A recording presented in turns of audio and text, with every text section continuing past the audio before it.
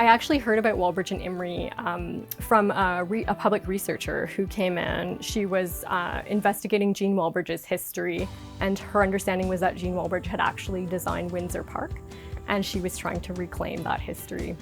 So this member of the public contacted us thinking, oh, Wallbridge and Imrie, their story might be represented at the museum. I'll contact them and see if they have any collections. So she came in, and we did have collections about Wallbridge and Imrie. We had Jean Wallbridge's presentation gown. She had actually been presented at Buckingham Palace when she was 20 in the early 1930s as a debutante. So we actually had her beautiful silk beaded gown that she wore at Buckingham Palace, and also her ostrich feather fan and some paper ephemera related to that event.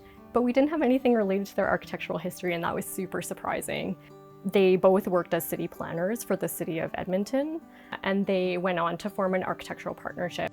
They were the first all-women's architecture firm in Canada as of 1950.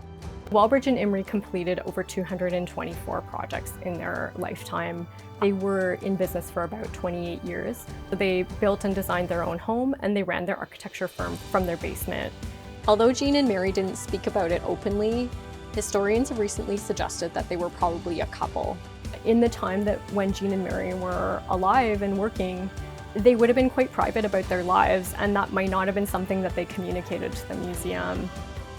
So Jean and Mary were unconventional in their time as women who were trained as professional architects, but also as women who lived together in a space that was both their home and their place of business.